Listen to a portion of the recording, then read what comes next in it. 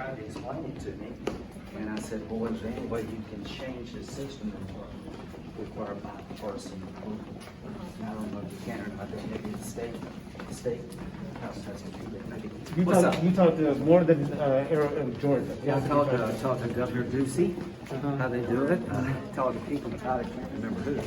I'm very curious, how do you validate signatures? In Nevada, they use a machine. That may be the way to go, I don't know. But there's litigation about it that the machine was turned down at a sensitivity level that everything went through.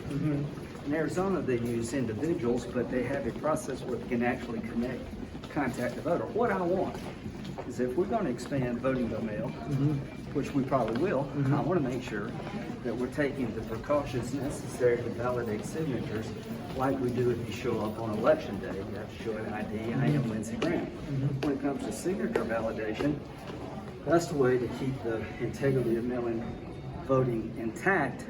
I'd like to know how we do it in these states that are the center of attention, but not just there, overall. What do you say to the critics who say that you, as a Trump ally, you're overreaching here and getting involved in a state election in which it's a heavily Here's what I would election? say, that Senator Blumenthal asked Twitter and Facebook to change their business practices before the Georgia runoff so that they will up their game to make sure that the problems that Democrats have with Facebooks and Twitter don't exist for the Georgia runoff. What I'm very concerned about is that if you're going to continue to vote by mail, that we need to know what systems work and what don't. It's up to the people of Georgia. But I think I have every right in the world to reach out and say, how does it work?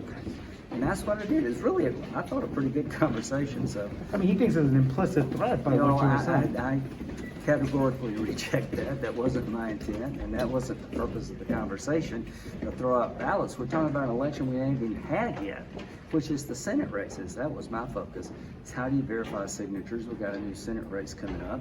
Is there anything we can do to make it better? So you were concerned about the Senate races more than what was happening? Yeah, that's with what the whole presidential? thing was about. I mean, they've got a process. You can't change the law retroactively. So there's just no way to do that. Whatever system was in place for the presidential election, we're going to live with. The whole conversation was about the Senate race. Do you think it should change before the Senate races? Well, that was the question. Could it? How would you?